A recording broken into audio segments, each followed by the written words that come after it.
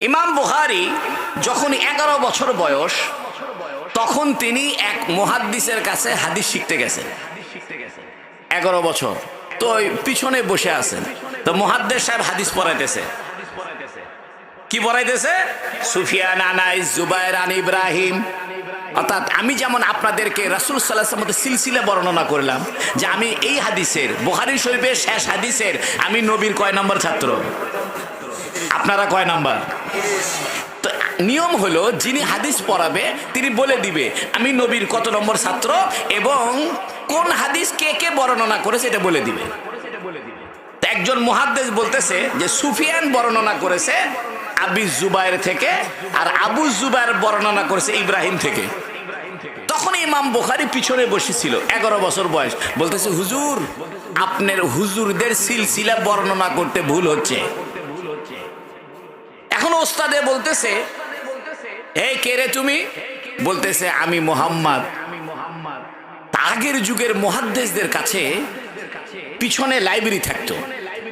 আপনারা যারা হাইকোর্টে বিচার করতে দেখেছেন কিনা, হাইকোর্টের যারা বিচারপতি যে এজলাসে বসে, এজলাসের পাশে খাস কামরা থাকে।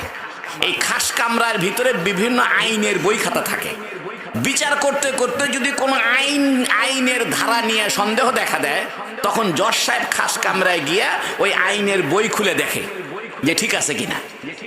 11 বছর বয়সের ইমাম বুখারী যখন বলল হুজুর সাল্লাল্লাহু আলাইহি ওয়াসাল্লামের সিলসিলা বর্ণনা করতে আপনার ভুল হচ্ছে, তখন ওস্তাদে থেমে গেছে, হাদিস পড়ানো বন্ধ করে দিছে, দিয়ে উনার খাস কামরায় গেছে, আসল কিতাব দেখার জন্য গেছে যে নবীর সিলসিলাটা ঠিক আছে কিনা, ওস্তাদের ধারাবাহিকতা। গিয়ে দেখে ভুল হয়েছে। তখন ওই মুহাদ্দিস 11 বছর বয়সে ইমাম বুখারীকে জিজ্ঞেস করতেছে তুমি বলো কি হবে? তখন ইমাম বুখারী বলতেছে সুফিয়ান বর্ণনা করেছে জুবায়ের বিন আদি থেকে, আবু জুবায়ের নয়, আর জুবায়ের বিন আদি বর্ণনা করেছে ইব্রাহিম থেকে। মুহাদ্দিস সাহেব বললেন এই ছেলে কালকে থেকে তুমি আমার সামনে বসে হাদিস পড়বা।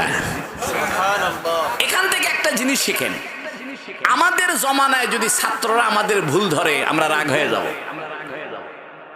কিন্তু ইমাম বুখারীর জমানার মুহাদ্দিস ইমাম বুখারীর 11 বছর বয়সে ভুল ধরছে, ওস্তাদের রাগ হয় নাই, খুশি হয়েছে। খুশি হয়ে তার প্রমোশন দিয়া ওস্তাদের সামনে বসার জায়গা করে দিছে। ইমাম বুখারী 11 বছর বয়সে 70,000 হাদিস মুখস্থ করছে। কত বছর বয়সে? 11 বছর বয়সে। উনি এক মুহাদ্দিসের কাছে হাদিস পড়তে যায়, তো উনার সাথে ছাত্ররা পড়ে, ছাত্ররা হাদিস লেখে কিন্তু ইমাম বুখারী লেখে না। তো একদিন ছাত্ররা বলতেছে এই মোহাম্মদ জীবনটা নষ্ট করলে, তুমি আসো খালি ধান্দা মারে হুজুরের দিকে তাকায় থাকো, আমরা সবাই লেখি তুমি লেখো না।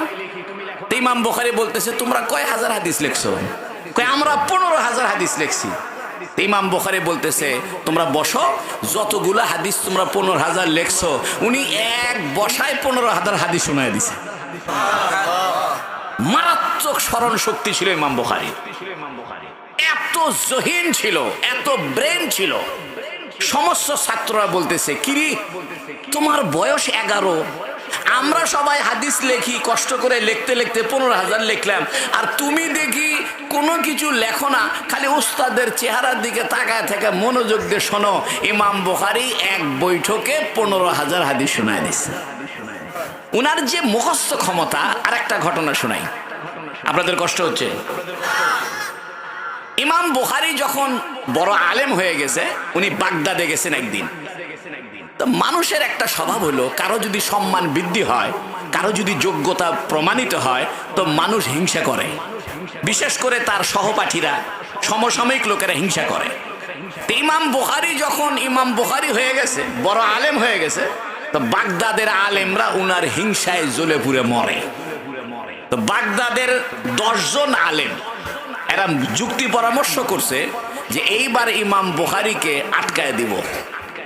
তো ইমাম বুখারীকে দাওয়াত দিছে বাগদাদের জামে মসজিদে যে হুজুর আপনি হাদিস বর্ণনা করবেন, আমরা শুনবো। এই কথা বলে 10 জন আলেম একত্রিত হয়ে এক একজন আলেম 100টা করে হাদিস ইমাম বুখারীকে শোনাবে আর বলবে যে হুজুর এই হাদিস ঠিক আছে কিনা। তাহলে 10 জন মানুষ যদি 100 করে হাদিস শোনায় তাহলে 10 100 1000। এই 10 জন আলেম 10টা করে হাদিস ইমাম বুখারীকে শোনানোর সময় হাদিস তার বাক্য উল্টা পাল্টা করে দিয়ে শোনাইছে। আবার হাদিসের যে সনদ অর্থাৎ নবী থেকে ইমাম বুখারী পর্যন্ত হাদিসের যে ওস্তাদের ধারাবাহিক সিলসিলা এটা উল্টা পাল্টা করে দিছে। দিয়ে ইমাম বুখারী বলতেছে বলেন তো এই হাদিসটা কোথায় আছে? ইমাম বুখারী চুপ করে আছে। তা বলতেছে বুঝলাম এই হাদিস আপনি জানেন না। আবার একটা জিজ্ঞেস করছে এই হাদিস কোথায় আছে? ইমাম বুখারী চুপ করে আছে। তা প্রমাণ হচ্ছে যে সে কোনো বড় মুহাদ্দিস না, কারণ 10 জন আলেম 10টা হাদিস শুনাইতেছে, 100টা হাদিস শুনাইলো, ইমাম বুখারী একটারও উত্তর দিতে পারলো না। এই 10 জন হিংসুক আলেম মনে মনে খুব খুশি, যাক বেইজ্জতি করতে পারছি। ইমাম বুখারীর বয়স তখন 18 বছর। তখন ইমাম বুখারী বলতেছে যে আপনারা সব বসেন। প্রথম জনকে বলতেছে আচ্ছা আপনি যে 10টা হাদিস শুনাইলেন উল্টা কইরা, ইমাম বুখারী করছে কি আগে ওই উল্টা হাদিসগুলা শুনাইছে, তারপরে ওই উল্টা হাদিসগুলাকে সিধে করে দিয়া সঠিকটা শুনাইয়া দিছে এক বৈঠকে।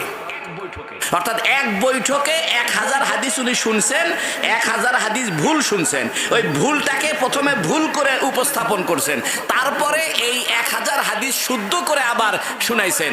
অর্থাৎ এক বৈঠকে ভুলটাও মুখস্থ করছেন, শুদ্ধটাও শুনাই দিয়েছেন। ইমাম বুখারীর স্মরণ শক্তির কথা বলে শেষ করা যাবে না, আরো অনেক ঘটনা আছে, সময় কম। আমি খালি চম্বুক কথাগুলো বলি, বুঝতে পারবেন ইমাম বুখারী মানুষটা কেমন ছিল। উনাকে যখন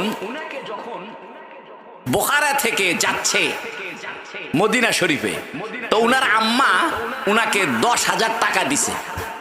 তো 10,000 টাকা উনি বগলের নিচে পকেট বানাইছে। আমাদের আগের যুগের মুরব্বীদের বগলের নিচে পকেট থাকতো পাঞ্জাবিতে, ঠিক না?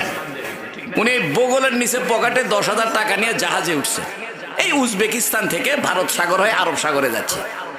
তো উনার পাশে একজন লোক বসছে, লোকটা দুষ্ট। তো লোকটা বলতেছে এই ছেলে তোমার নাম কি? বলতেছে আমার নাম মোহাম্মদ। কোথায় যাবে? কয় মদিনা শরীফ। কি জন্যে? কয় হাদিস শিখতে। কয় টাকা পয়সা আছে? কোথা আছে? কত? কয় 10,000। 10,000 দিরহাম, বহু টাকা। 10,000 মানে বর্তমানে ধরেন 10 লাখ। উনার আব্বা বড় লোক ছিল, কিতাবের ব্যবসা ছিল উনার আব্বার, কাপড়ের ব্যবসা ছিল। কিছুক্ষণ পরে এই দুষ্ট লোকটা বলতেছে জাহাজের ভিতরে, জাহাজের ক্যাপ্টেনকে বলতেছে ভাই আমার 10,000 টাকা হারায় গেছে, ভাই আমার 10,000 টাকা হারায় গেছে। কারণ ছোট্ট একটা বাচ্চা 16, 17, 18 বছর বয়স, এইরকম ছেলের কাছে 10,000 দিরহাম, এটা তো মানুষ বিশ্বাস করবে না। মনে করেন আমার কাছে যদি 10 কোটি টাকা আমার গাড়িতে পাওয়া যায়, পুলিশ ধরবে না আমাকে? বলবে যারে হুজুর 10 কোটি টাকা নেই ঘরে। ইমাম বুখারীর কাছে তৎকালীন সময় 10,000 দিরহাম অনেক টাকা। এই লোকটা বলতেছে যে আমার 10,000 টাকা হারায় গেছে, চেকিং করেন তো কার কাছে পাওয়া যায়। তো পুরা জাহাজ চেকিং করে কারো কাছে পায় না, খুঁজতে খুঁজতে কারো কাছেই পাইল না। তখন এই দুষ্ট লোকটা ইমাম বুখারীকে বলতেছে, উনার বয়স তখন 17, বলতেছে আচ্ছা তুমি না বললে তোমার কাছে 10,000 টাকা আছে, সেটা কি করছো?